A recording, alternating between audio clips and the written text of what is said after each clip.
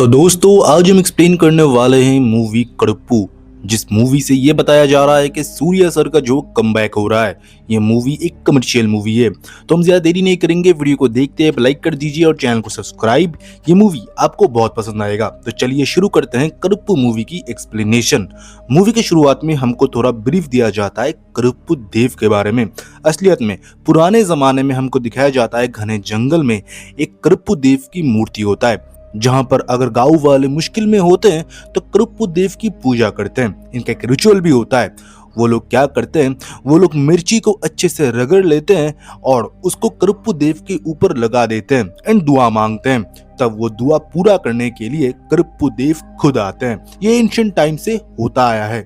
फिर हमको present time में दिखाया जाता है। तभी हमको ये दिखाया जाता है कि केरला से एक बाप बेटी जो है रात के टाइम पे चेन्नई आए थे।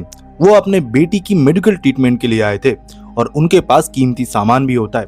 बेटी का एक किडनी जो है खराब होता है, उसको ठीक करने के लिए डॉक्टर दिखाने के लिए वो चेन्नई आए हैं। रात का टाइम था, ट्रेन रुकता है स्टेशन पे। वो लोग सोचते हैं कि अभी उनको बस वगैरह कुछ न कुछ मिल जाएगा, पर यह गलत था। वो ट्रेन से उतरते हैं और इधर उधर गाड़ी ढूंढने की कोशिश करते हैं, पर उनको गाड़ी तो नहीं मिलता। मिल जाता है कुछ लुटेरे जो कि उन लोगों की बैग को लूट के ले जाते हैं। वो बाप बेटी जो है रोने लगती है।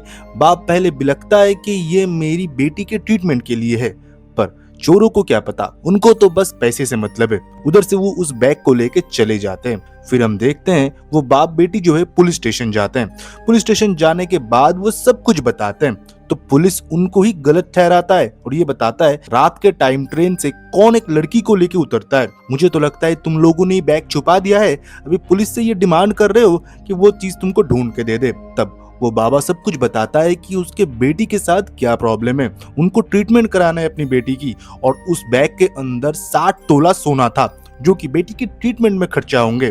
तब ये एक मेडिकल कंडीशन होता है और ये देखते हुए पुलिस भी बोलती है ठीक है हम ढूंढ के देंगे। तो पुलिस कुछ नामचीन गुंडों को पकड़ के लाती है जो कि ऐसे छोटे मोटे काम किया करते हैं। उसमें से बाबा किसी को पहचान नहीं पाते क्योंकि उन लोगों ने उस रात को मुंह ढक के रखा था। तभी पुलिस अपने तरीके से इंक्वायरी करते हैं और उन लोगों की अच्छे से खबर लेते हैं। तब उनमें से 2 आदमी आगे आता है और ये बताता है कि ये चोरी हमने किया था। तो पुलिस ने सोना जो है रिकवरी कर लिया था, पर सोने के रिकवरी में पुलिस को ये पता लगता है कि 60 तोला नहीं, इधर तो 45 तोला है, 15 तोला गायब है। तो ये सारी बात वो फिर से बाबा को बताते हैं, पर बाबा ये बताते हैं तो इधर से जो 15 तोला है वो कहां पर गया है। तब पुलिस उल्टा उनके ऊपर चढ़ता है और थप्पड़ लगाने की कोशिश करता है, जहां पर उनकी बेटी रोक देती है और ये बताती है कि ये पैसे मेरे लिए और मेरे बाबा के लिए बहुत ही जरूरी है।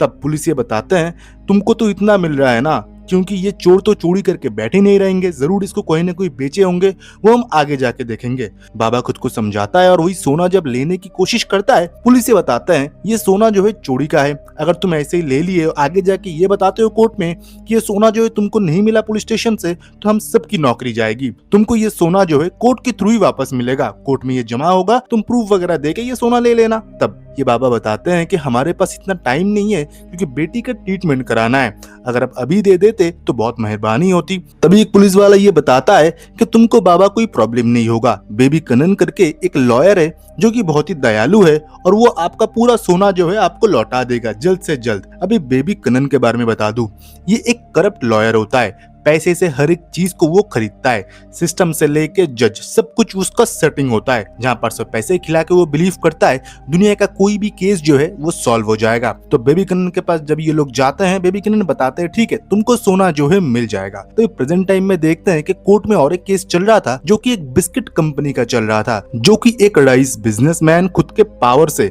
खुद के कब्जे में उस फैक्ट्री को ले लिए थे और वर्कर्स को बाहर कर दिए थे। पर बेबी कनन के लिए ये चीज तो नॉर्मल था, जज से लेकर सबको उसने पैसे खिला के रखे थे, तो वो केस बेबी कनन जीत जाता है।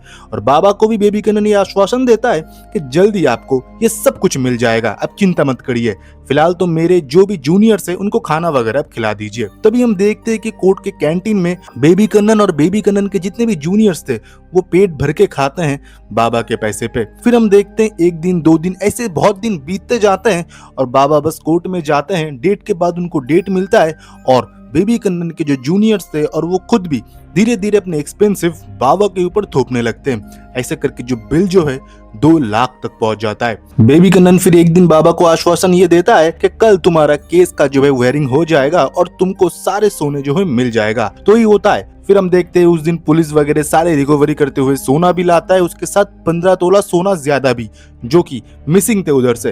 तो उस दिन सब कुछ होने वाला था, तभी जज के कान में आके कोई तो कुछ बोल देता है। फिर से डेट पीछे जाता है और बेबी कन्नन फिर से बताता है कि मेरे जूनियर्स का ख्याल रखना और मेरा बिल्स भी पे कर देना। बाबा को तब गुस्सा आता है, वो चीख पड़ता है कि आपके सामने तो सोना पड़ा हुआ है, मुझको दे दीजिए, क्योंकि मेरे बेटी को हर रोज उल्टी होता है, क्योंकि उसका तबीयत बहुत खराब है। तब जज उसको खड़ी खोटी सुनाता है और बेबी कन्नन को भी। बेबी कन्नन को गुस्सा आता है और वो कोर्ट के बाहर जाके बाबा को थप्पड़ लगा देता है और ये बताता है मैं आगे देखता हूँ कि ये केस कैसे तू जीतता है और कौन लॉयर तेरा इस केस को लेता है। तेरी वजह से मेरा इंसल्ट हो गया बहुत बड़ा। बाबा मानो ये दुख सह नहीं पा रहे थे। तभी हम देखते हैं कि कोर्ट के बाहर एक करप्पू देव की मूर्ति होता है। बाबा जो है वही पुराने रिचुअल के हिसाब से जो मिर्च होता है उसको अपने हाथ से कूटता है और वो कूटे हुए मिर्च जो है वो लगा देता है करप्पू देव के ऊपर और ये दुआ मांगता है कि उसका सोना जो है वापस मिल जाए और इन करप्ट लोगों को जो है सजा मिले।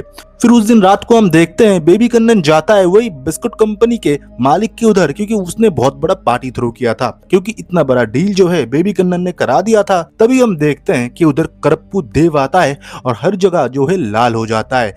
करप्पू देव का रोल हमारे सूर्य सर ने निभाया है।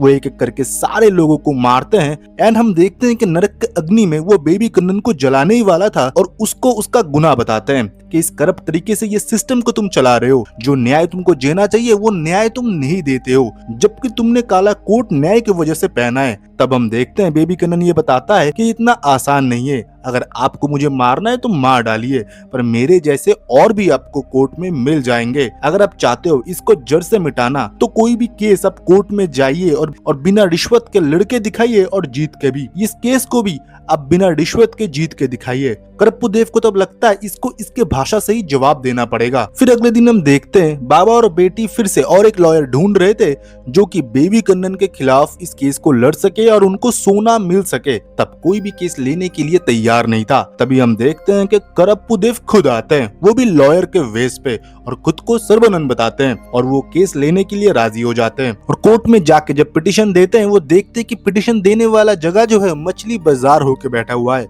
जहाँ पर सारे लोग पिटीशन दे रहे थे, वो भी उधर घूस खिला रहे थे। तब जैसे तैसे वो पिटीशन जमा देते हैं, कोई भी पैसा ना खिलाए बिना, और देखते हैं कि सेम केस के लिए और भी 3 लॉयर उन्होंने असाइन करके रखे थे।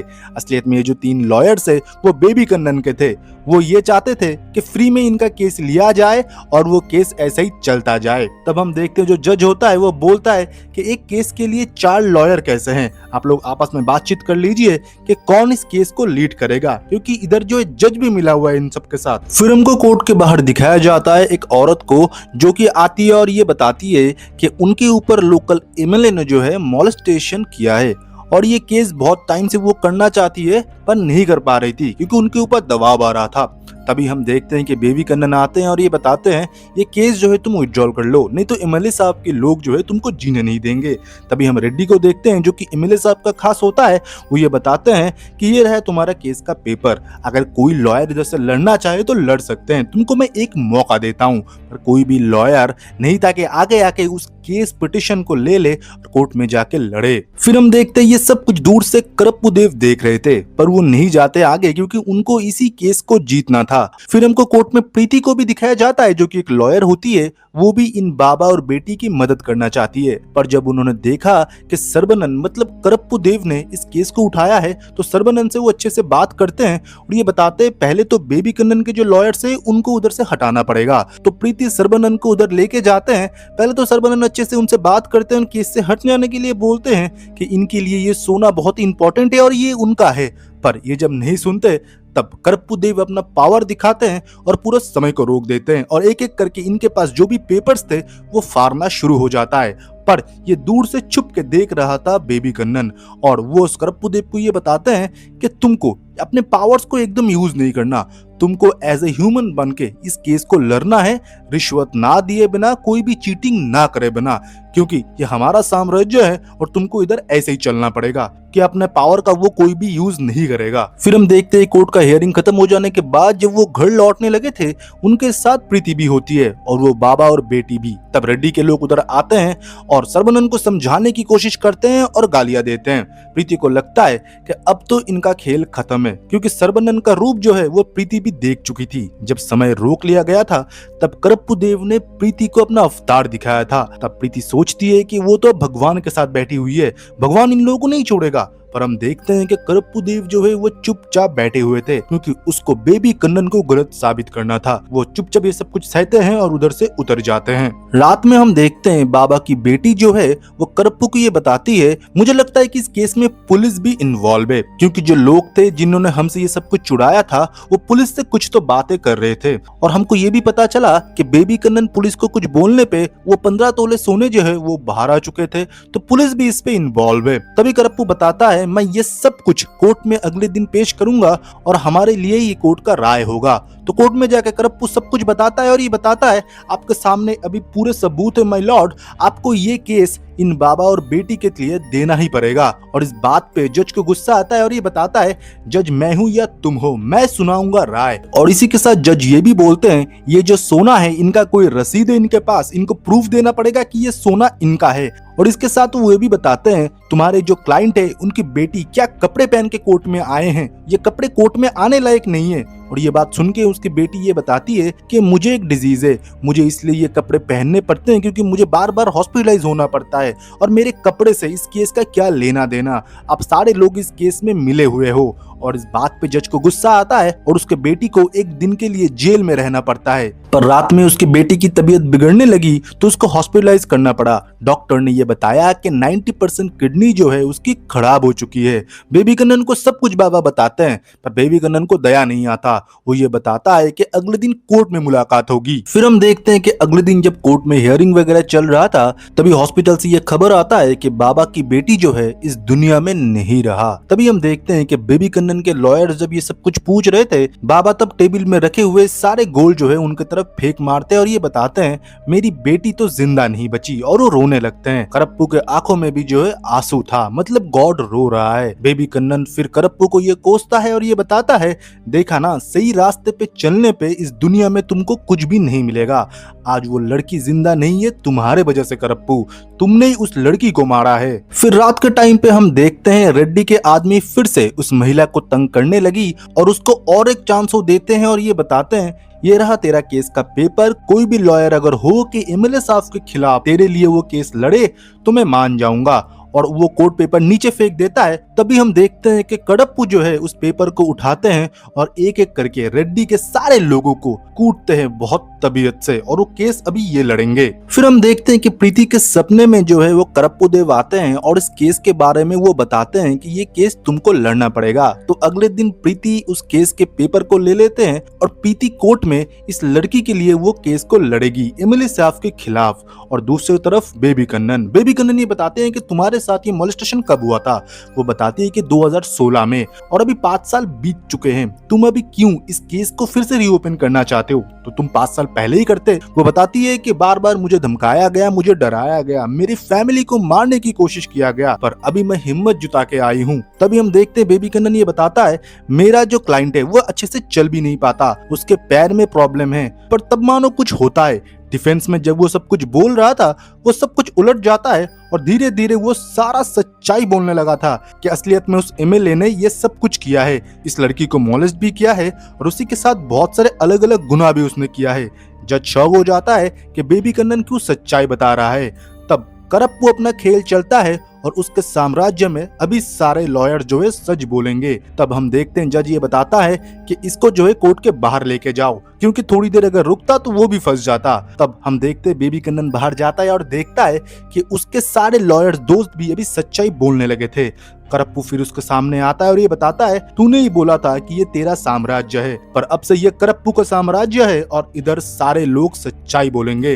धीरे धीरे हम देखते हैं कि कोर्ट में और हर जगह जो है लोग सच्चाई बोलने लगे लगे, लोगों में जो हिंसा खत्म होने लगी और लोग धीरे धीरे लोगों की मदद करने लगे थे। तभी हम देखते हैं कि जो लोग गुंडाई करने के लिए गए थे वो लोग खुद उस घर में बैठ के चाय पी के हुए आते हैं। जो लोग दंगा करने वाले थे वो लोग दंगा छोड़ के जो है पढ़ाई करने लगे थे। फिर एक एक करके हम देखते हैं कि शहर से जो है बुराई खत्म होने लगा था। पुलिस स्टेशन कोई जाता नहीं था, कोर्ट एकदम खाली हो चुका था। मतलब कडप्पू के राज में जो है सारे लोग अभी खुशी से रहेंगे। ये कडप्पू का राज है और ये देख के बेबी कन्नन को बहुत ही गुस्सा आता है। बेबी कन्नन को लगता है कि ये सब कुछ शुरू हुआ है उस बाबा से, क्योंकि उस बाबा ने मिर्च रगड़ के कडप्पू देव के ऊपर लगाया था। तो अगर वो मूर्ति उधर से हट जाए तो कडप्पू देव भी उधर से हट जाएगा। वो अपने लोगों को भेजता है उस मूर्ति को तोड़ने के लिए, पर उधर कडप्पू पहले से ही मौजूद थे और उन लोगों को वो बहुत पीटता है। तब बेबी कन्नन सोचता है कि शहर के दूसरे छोर पे अगर वो चला जाता है और शहर को पार कर जाता है तो कडप्पू देव को कभी उधर कोई पूजेगा नहीं, तो उधर वो अपना साम्राज्य जो है फिर से फैला सकता है। तो वो कोर्ट तोड़ने की बात करते हैं अपने लोगों से और रातों रात कोर्ट को तोड़ देता है। तभी उस कोर्ट को तोड़ने की वजह से जज उस पत्थर के नीचे आके मर जाता है, क्योंकि बेबी कन्नन ने कोर्ट में ब्लास्ट कर दिया था। कोर्ट धमाके से उड़ गया था। फिर एक राय सुनाया जाता है जहाँ पर कोर्ट उधर से शिफ्ट होगा दूसरी जगह, पर दूसरी जगह कडप्पू देव की कोई पावर नहीं होता। पर हम देखते हैं अगले दिन जब कोर्ट में सुनाई होता है उस महिला की, कोर्ट रूम में जज फाइल खोलते ही वो राय दे देता है उस लड़की के लिए और ये बताता है कि एमएलए साहब जो है दोषी है, उनको जेल में डाल दिया जाता है। तभी हम देखते हैं कि कोर्ट के बाहर जो है कडप्पू देव का फिर से और एक बड़ा मूर्ति है, क्योंकि रातों रात प्रीति और एक बाबा आके उधर कडप्पू देव की मूर्ति जो है वो स्थापन कर जाते हैं। बेबी कन्नन जो है इधर भी हार जाता है। फिर हमको दिखाया जाता है प्रीति और बाकी लोग जो है कोर्ट में गेट टुगेदर कर रहे थे, जहाँ पर बेबी कन्नन और उसके सारे लोग उधर आ जाते हैं। वो बोलते हैं कडप्पू देव तुझ में अगर इतना ही पावर है तो इन सबको तू मरने से रोक के दिखा। वो एक के बाद एक गोलियां चलाना शुरू कर देते हैं, जहाँ पर हम देखते हैं कडप्पू देव जो है सिंघम के अवतार पे आते हैं और लोगों को बचाते हैं। फिर वो अपने असली रूप में आते हैं और इन सारे लोगों को मौत के घाट उतार देते हैं। और इसी के साथ कडप्पू मूवी का एक्सप्लेनेशन जो है वो खत्म होता है। आपको कैसा लगा ये मूवी? ये मूवी एक कमर्शियल मूवी है और धीरे धीरे ये मूवी हिट की तरफ बढ़ रहे हैं। डेली 40-50 करोड़ ये मूवी कमा रहे हैं। सूर्या सर का तो कमबैक इस मूवी से हो गया, पर वीडियो को देखते ही आप लाइक कर दीजिए और चैनल को सब्सक्राइब और हमारे साथ ऐसे ही बने रहिए। फिर मिलते हैं ऐसे बेहतरीन वीडियो के साथ, तब तक के लिए बाय बाय एंड सिया।